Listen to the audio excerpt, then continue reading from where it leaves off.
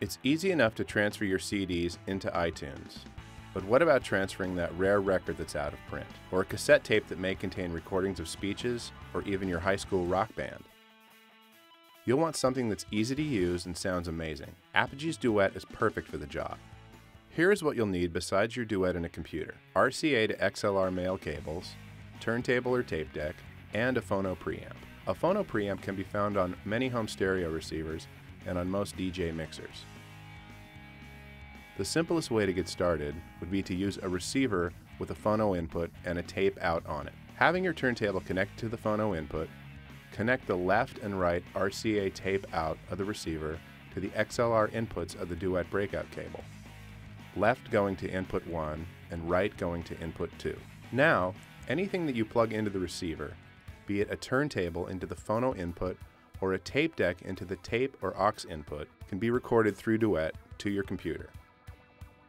If you're only recording tapes, you can connect the output of your tape deck directly to the input of the Duet, as no phono preamp is needed in this scenario. If you have a tape or record that is low in volume, you can also connect into the 1/4 inch instrument inputs of the Duet by using a 1/4 inch to RCA cable. You can then boost the level a bit using Duet's preamp. Keep in mind this is not a phono preamp. You would still need a phono preamp if you're connecting to a turntable. Now launch the Maestro software and set the in1 and in2 to XLR line -10. Play your record and you should see the signal in the in1 and in2 meters. If you're using the 1/4 inch instrument inputs, you would set it to instrument, and you can now adjust the input gain. Maestro will not record the audio, so you'll need an application that will. Since GarageBand is already on every new Mac and records at high resolution, we'll be using that. Launch GarageBand and set up a real instrument track.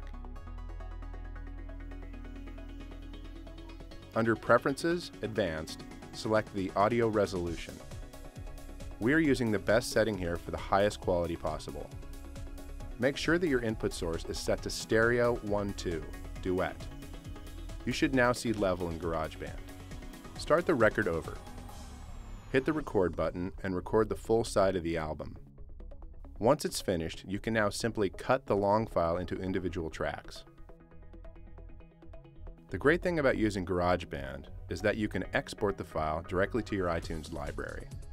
Set the loop tool for the length of the song and do a Save As to name it.